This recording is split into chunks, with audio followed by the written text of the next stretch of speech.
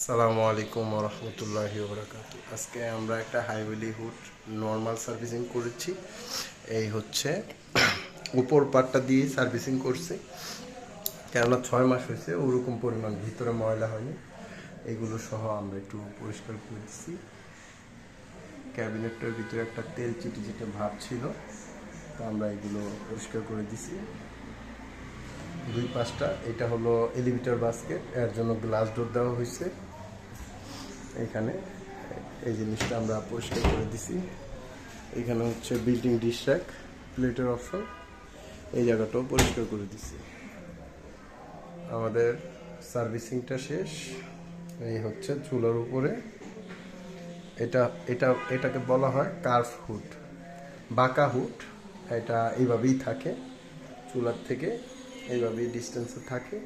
এটা খুবই একটা ভালো হুড। ঠিক আছে, আর আপনারা যে যেখান থেকে দেখছেন, ইউটিউব থেকে দেখে থাকলে চ্যানেলটা সাবস্ক্রাইব করবেন, ফেসবুক থেকে দেখে থাকলে পেজটা ফলো করবেন। ঠিক আছে, আল্লাহ হাফেজ।